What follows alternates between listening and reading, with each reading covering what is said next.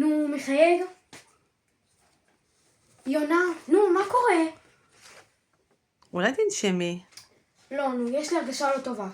עוד רגע היא תענה. אני שומעת משהו. אתה אחרי ההבטחה פה, נכון? אחרי הבטחה, בטח, מה שתגידי. אנחנו מחפשים את סבתא שלנו. ראית אותו אולי? אישה מבוגרת, בוץ בנעליים שמלחכת השטיחים, מדברת עם חפצים? כן, היא! ראית אותה? לא. אולי אפשר להסתכל במצלמות להבין לאן היא הלכה.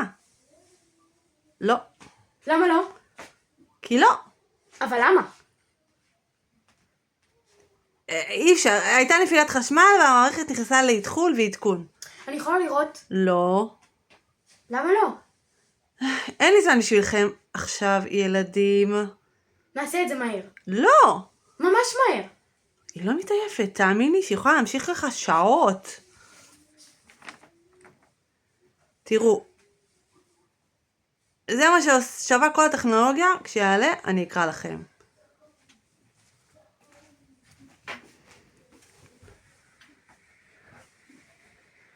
מה את עושה? מנסה. זה זז. את אפילו לא יודעת מה זה.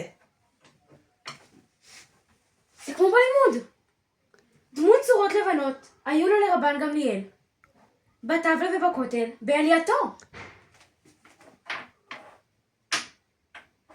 אז אבנר צדק, יש קשר בין הצופן פה למשנה.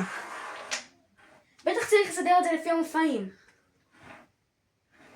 תעצרי, אם זה היה כל כך פשוט, כבר היו מפצחים את הצופן מזמן. אז מה? מה שאמרתי, תעצרי. עושה בלגן. לחשוב, שמעת? אני חושבת תוך כדי תנועה. אני שמה אותו בסדר הנכון.